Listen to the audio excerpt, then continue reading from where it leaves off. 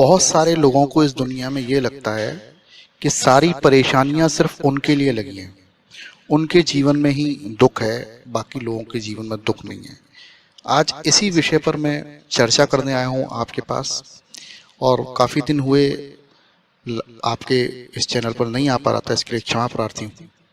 तो आज मैं सिर्फ इसी सब्जेक्ट पर बात करूंगा कि दुख की परिभाषा क्या है। देखिए, सीधी सी एक मैं आपको बात बताना चाहता हूँ जो मैंने अपने जीवन में अनुभव करी है। वो ये है कि दुख सिर्फ एक मानसिक स्थिति है। और मानसिक स्थिति क्या है? मान लीजिए आपकी पत्नी से यदि शादी नहीं हुई है तो आपके माँ बाप से, आपके फ्रेंड से, आपके माहौल से कोई उम्मीद है और वो उम्मीद पूरी नहीं हो रही है, तो आपको दुख हो रहा है। जाहिर सी बात है, दुख हो रहा है।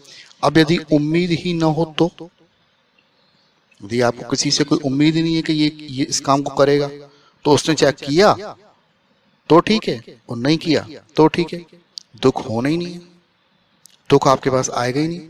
अब आप कहेंगे साहब ये तो साधु संतों वाली बात हो गई, उम्मीद तो रखना बहुत जरूरी है, उम्मीद से ही तो कहते हैं उम्मीद पर दुनिया कायम है, तो हम उम्मीद क्यों ना रखें।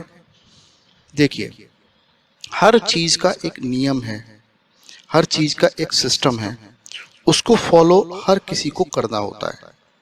इस बात से कोई फर्क नहीं पड़ता कि आप कम पढ़े लिखे हैं, ज्यादा पढ़े लिखे हैं, स्त्री हैं, पुरुष हैं, भारत में रहते हैं या भारत से बाहर कहीं रहते हैं।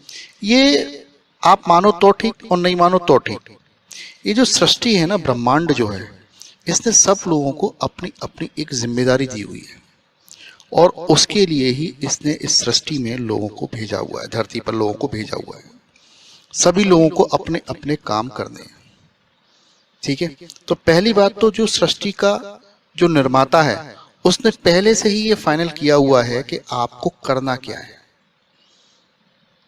अब होता क्या है कि आप पहुंच गए कहीं, माहौल मिला आपको, आपने उस हिसाब से उस माहौल को अपने ऊपर ओढ़ दिया। ईश्वर ने तो आपके लिए कोई और रास्ता बनाया था, लेकिन आपने उस माहौल में घुल मिलकर उस माहौल को अपने ऊपर ओढ़ लिया। अब आप कुछ और कर रहे हैं। एक आपको लाइव एग्जांपल मैं देना चाहता हूं। आजकल कपिल शर्मा शो तो चल ही रहा है, आप लोग देख ही रहे हैं। कपिल शर्मा को हम पिछले 5-6 साल से बहुत अच्छे से जानते हैं, कुछ लोग और बहुत पहले से होंगे, लेकिन जिस तरीके से उनका स्टारडम बढ़ा वो अभी 4-5 साल पुरानी ही बात है, जब से कपिल शर्मा के शो स्टार्ट हुए। देखिए, कपिल शर्मा का लाइव एग्जाम्पल मैं इसलिए ले रहा हूं क्योंकि इस कहानी को हम बहुत सारे लोग जानते हैं। कपिल शर्मा जब इस इंडस्ट्री में आए तो उनको सिंगर बनना था और उन्होंने सिंगर बनने के लिए बहुत मेहनत करी,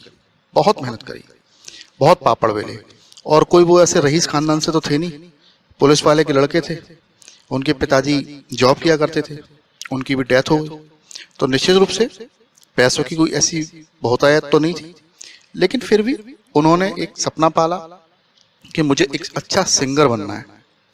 लेकिन हुआ क्या, वो सिंगर नहीं बन पाए।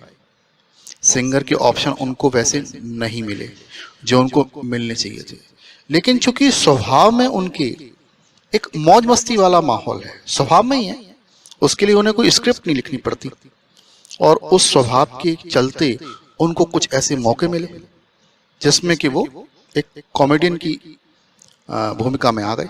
और आज आप देख लीजिए, वो सिंगर नहीं है, सिंगर के रूप में उनको नहीं जाना जाता है, लेकिन वो एक कॉमेडियन के रूप में सक्सेस, क्योंकि ईश्वर ने उनको ये विद्या, जो उसको ईश्वर ने किया है वो गलत हो ही नहीं सकता, उसको आपसे ज्यादा दिख रहा है।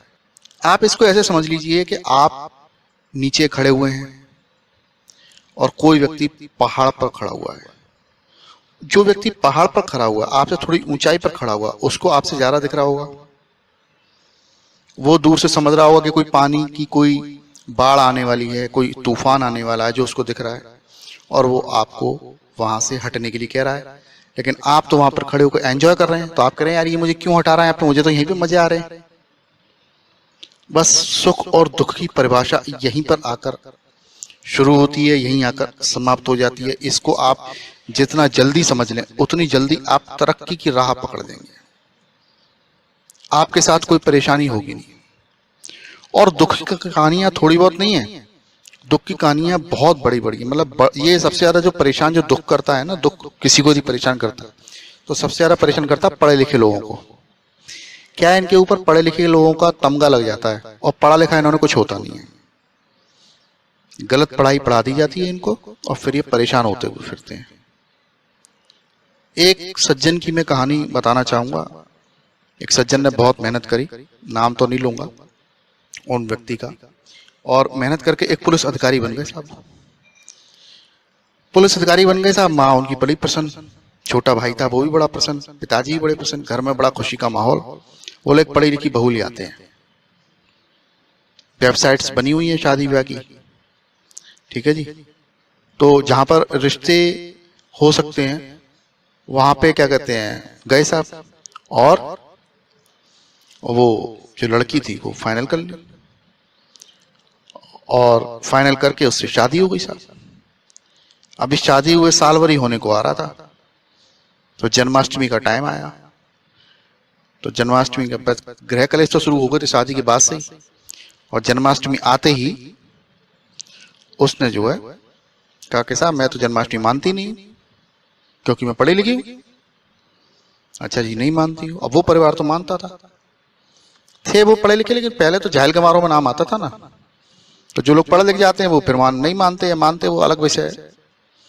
खैर उन अधिकारी महोदय ने बहुत कहा कि भाई देखो ऐसा है, जन्माष्टमी को हमारे यहाँ अच्छा कार्यक्रम होता है, व्रत वगैरह रखते हैं और यहाँ पर नॉनवेज वगैरह नहीं खाते हैं। बोला ना, पत्नी बोली मैं तो जन्माष्टमी वाले दिन ही नॉनवेज खाऊंगी और देखती हूँ मेरा कोई क्या बिगाड़ लेता है। अब देखिए विधाता ने क्या किया, उस महिला ने ऑर्डर करके नॉनवेज बर्गर मंगाया और पति के सामने बैठकर बड़े इत्मीनान से खाया। शुरुआत हो गई दुख की। अब जो पुलिस अधिकारी आदेश, जिसकी पुलिस अधिकारी के आदेश से सब कुछ कंट्रोल होता हो, वो अपनी पत्नी को कंट्रोल नहीं कर पा रहा।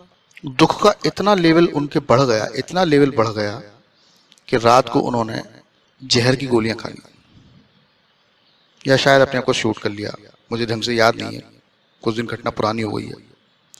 और उनकी दूसरे तीसरे दिन मृत्यु हुई अस्पताल में। परिवार को बड़ा दुख हुआ, बड़ा खेद हुआ साहब, ये क्या हुआ, कैसे हुआ। अब आप समझिए, इस घटना को समझिए भाई। देखिए सभी लोग अपना अपना जीवन जीने आए हैं, किसी दूसरे का जीवन तो जी नहीं रहे हैं। यदि पत्नी ने मान लीजिए नॉनवेज खा लिया तो आपको इतना उत्तेजित होने की क्या आवश्यकता है। पत्नी अपना एहसास स्वयं देगी ना ईश्वर को, आपको थोड़ी उसका हिसाब देना है ईश्वर को। और आपने बस इतनी सी बात पर अपनी जीवन लीला समाप्त कर दी। क्यों कर दी भाई? सिर्फ ये सोच के कि मैं अपनी पत्नी पर नियंत्रण नहीं कर पा रहा। पत्नी को कंट्रोल करने की चीज तो है नहीं, ना ही कोई पति कंट्रोल करने की चीज है। आज सबसे बड़ा तनाव का कारण तो ये भी है कि मैं अपने पति को कंट्रोल नहीं कर पा रही, कि मैं अपनी पत्नी को कंट्रोल नहीं कर पा रही। कौन किसको कंट्रोल कर पा रहा है? सब लोग इंडिपेंडेंट है आजकल। तो पहले जिस कंट्रोलिंग की बात होती थी ना, तो पहले महिलाएं कमाती नहीं थी, पुरुष वर्ग कमाता था, ऑप्शन भी कम थे, तो महिला बेचारी सहन करती रहती थी। मैं ये नहीं कह रहा हूं कि पुरुष बहुत महान लोग हैं, ये सिर्फ कमाई के बलबूते पे कुछ ना कुछ गड़बड़ करते रहते थे।